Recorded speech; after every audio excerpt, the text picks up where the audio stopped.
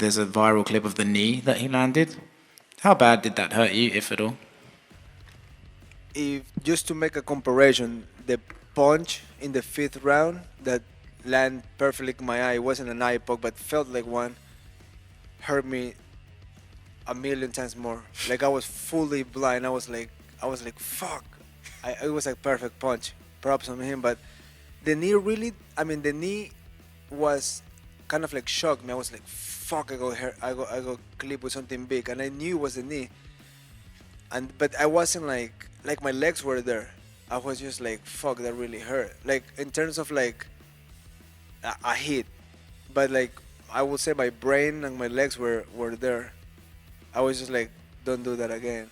It was pretty much, it was almost the same knee I hit Font with when I fought Font. So I was like, it wasn't like a super big knee in terms of like a flying knee with power. It was just perfect pop. And I was like, fuck, I did that before. It was a good one.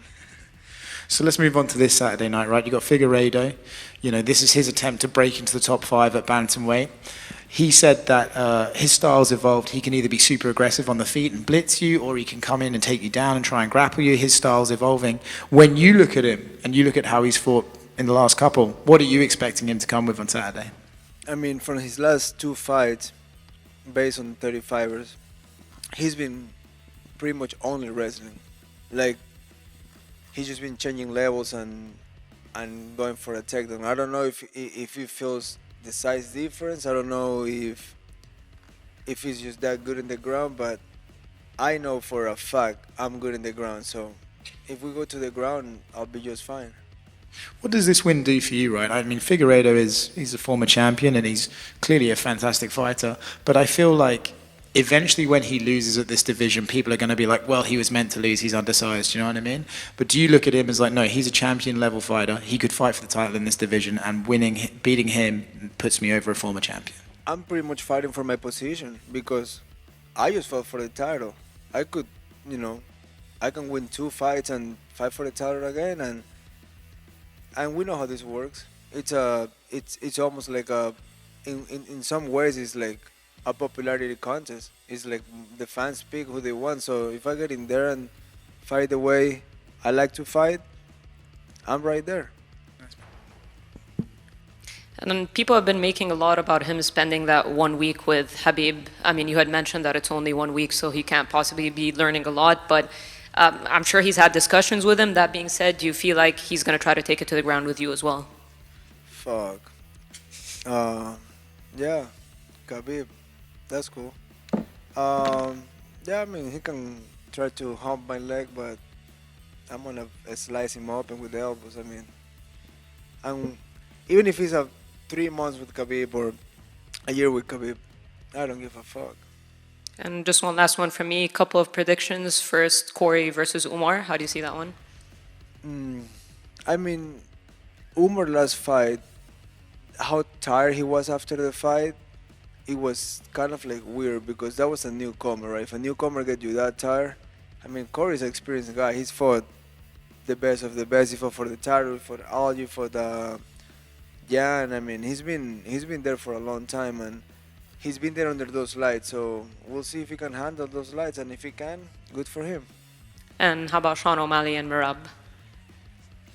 That's an interesting fight because a lot of people think, I mean, people get confused because O'Malley's a funny guy. They think he's not training, but he is just as professional as most of us. And people think he just can throw one punch, and he's a great fighter. The thing with that, I would be more worried about Merab's chin because he's been dropped by everybody.